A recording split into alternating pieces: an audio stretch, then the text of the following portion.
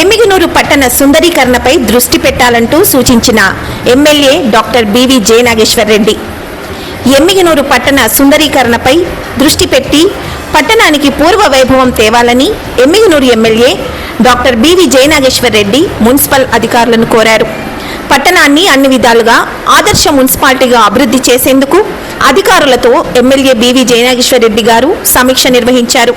పట్టణంలో పార్కు పునరుద్ధరణ మరియు సుందరీకరణ చేయటం, అంతర్గత రోడ్ల విస్తరణ, వీధి దీపాల ఏర్పాటు, పర్యావరణ పరిరక్షణ కోసం మైనారిటీ కాలనీలో ఈ నెల 18న 10,000 మొక్కలు నాటే కార్యక్రమం, ఎన్టీఆర్ ఇండోర్ స్టేడియం పునరుద్ధరణ, పట్టణంలో పారిశుధ్య పనులను ఎక్కడికక్కడ ఎప్పటికప్పుడు పరిష్కరించాలని ఆయన తెలియజేశారు.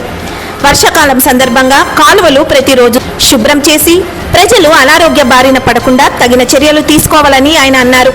సామాన్య ప్రజలకు వేగంగా ఇంటి నిర్మాణ అనుమతులు ఇవ్వాలని అధికారులను ఎమ్మెల్యే ఆదేశించారు. ఈ కార్యక్రమంలో ఎమ్మిగనూరు మున్సిపల్ కమిషనర్, మున్సిపల్ సిబ్బంది, ఆర్ఎండ్బి అధికారులు, పలు శాఖల నుండి అధికారులు పాల్గొన్నారు.